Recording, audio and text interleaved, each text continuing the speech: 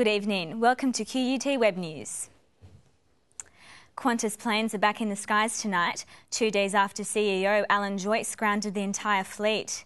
Independent umpire Fair Work Australia was forced to step in to clean up the mess, putting a stop to all industrial action and ordering the airline to resume services. Stranded passengers are starting to get back on rescheduled Qantas flights. The air safety regulator gave its approval for the grounded aircraft to return to service by mid-afternoon today.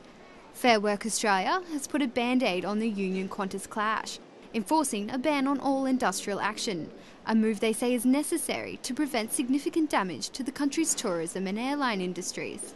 Qantas officials are now into damage control. We are assessing our ability to put supplementary services on to clear the back work, and we will have 4 international supplementary services. The unions have welcomed the FWA decision. The benefit of this for us is this will make the company more accountable. That for the last 8 to 10 meetings that we've had with them, they've just been stonewalling us. The lockout may be over, but the dispute is not. Qantas and the 3 unions involved will spend the next 21 days in negotiations to resolve their differences. But some customers say they will never fly Qantas again. I definitely push for our company to start using somebody else as well, because I mean, you know, we're obviously losing money now because we've sat around for 2 days waiting for other flights. However, others are praising the actions of Qantas airport staff. They've been very calm. They can't seem to do enough at the moment, so they've been really, really professional when I've spoken to them on the phone. I didn't have to wait for very long either. There's been a steady stream of Qantas passengers turning up for check-ins here at Brisbane Airport. But with a limited schedule flying, Qantas says the backlog of passengers could take up to 24 hours to move. If negotiations fail to reach a settlement, the next step is compulsory arbitration. Candice Anderson, QUT News. The Qantas dispute has energised federal parliament today. Both sides had been trading accusations and insults about what should have been done to resolve the dispute earlier. Labor has come under attack from the coalition for not intervening directly to resolve the bitter dispute at Qantas. But the Prime Minister, Gillard, stands by her actions. I've done what I needed to do to get this dispute brought to an end, to get planes back into the sky. The coalition says Labor should have intervened earlier, using Section 431 of the Fair Work Australia Act. This section allows the Cabinet to order an end to the industrial dispute and was included in the Act to prevent industrial action that threatened the national economy. Julia Gillard wrote the Act. She should know what's in it. Ms Gillard has replied that intervention would have done more harm than good, and it is only part of the legislation as a last resort. The problem with the government using that section is it's never been used before in Australia's legal history and would have put us in a world of legal uncertainty. Fair Work Australia has given Qantas and its unions 21 days to reach an agreement. But after 2.5 months of unsuccessful and often acrimonious negotiations, commentators question whether this is going to be enough time. Amy Partington, QUT News. Thousands of passengers around the world are still stranded while Qantas deals with the backlog created by grounding its planes. The airline staff told international passengers it could take days to get them on their way again. Many weren't even aware of the problem until they became stranded at overseas airports.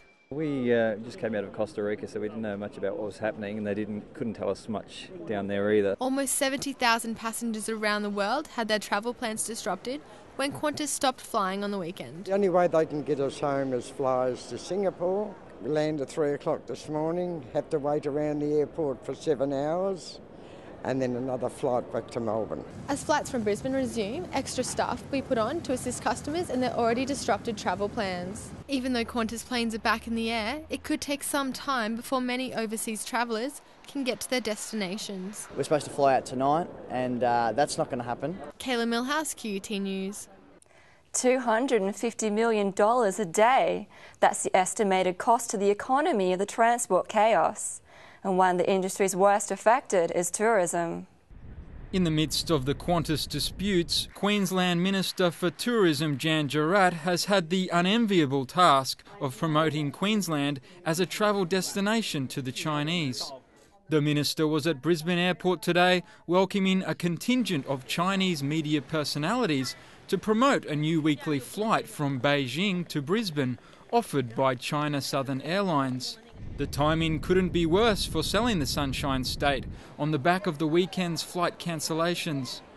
However, Ms Gillard has downplayed the dispute at Qantas. Fair Work Australia, as you know, have brought them back to the table, and Qantas will be back in the air by this afternoon. So today we're here to celebrate a really positive announcement, China Southern Airlines' 4th daily flight into Brisbane. International tourism numbers have climbed in recent years. Research statistics show over 1.9 million overseas visitors arrived in Queensland in the last financial year.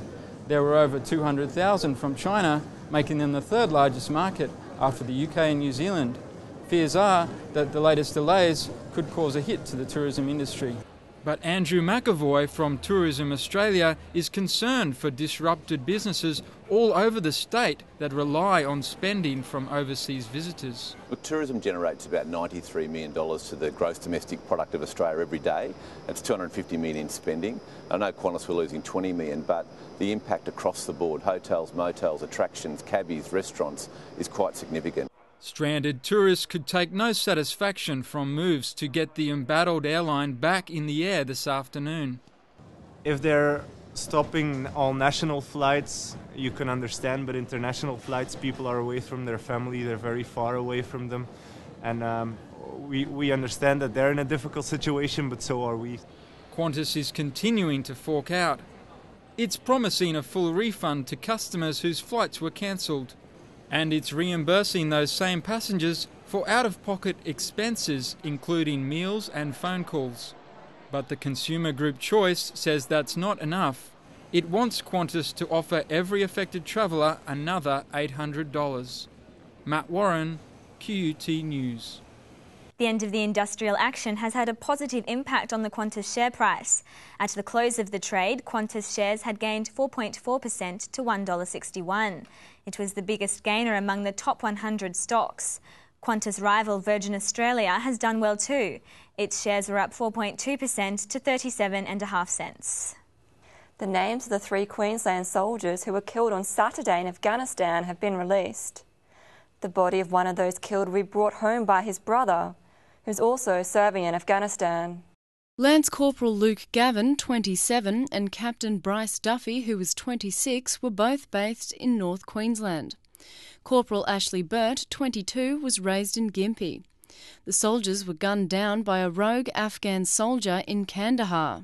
This is, of course, a tragedy for our nation, but it is a tragedy for those 3 families. It's believed the Afghan National Army soldier used an automatic weapon to gun down the men during a routine parade. 7 others were seriously injured. The troops were part of a task force dedicated to training and mentoring Afghan soldiers. While they were in Afghanistan ready to fight for their country, they didn't lose their lives fighting. They lost their lives trying to help the Afghani army. In another attack in Kabul on the same day, a suicide bomber drove a car packed with explosives into a NATO convoy. 13 troops from the United States and Canada were killed, as well as several civilians. The rogue Afghani soldier was gunned down after the patrol returned fire. This event marks the 11th Australian death this year in the war in Afghanistan and the 32nd death in total. Prime Minister Gillard addressed the media yesterday and said this attack will not change Australia's position on the war in Afghanistan. Jessica Sire, QUT News. Time now for a look at the weather, where we had a fairly miserable wet day across the state. Here are the temperatures for the southeast. Brisbane had a top of 25 degrees, with Ipswich and Logan both reaching a top of 26. The Sunshine Coast reached a maximum of 24 and the Gold Coast saw 23 degrees. From our special time-lapse skycam, we can see how Brisbane was covered in those clouds from last night's thunderstorms. They lingered around for most of the day with only a sprinkling of blue sky. Around the nation tomorrow, and the Melbourne Cup looks likely to be a wet one, with showers predicted, meaning a slow track is likely. Sydney will be mostly fine with a top of 21 degrees. Darwin can expect thunderstorms with a top of 34. In Perth, a top of 29 degrees and a mostly fine day ahead. The forecast for Queensland: Brisbane can look forward to a mostly sunny day with a top of 25. Up into the north of the state, we can expect possible showers across the region. Cairns will have a top of 30 degrees, Townsville and Rockhampton can expect 29, and Mackay will get a top of 27. That brings you up to date with the weather. And that's all the news we have for now. We'll be back tomorrow with more QUT news. Goodbye. Goodbye.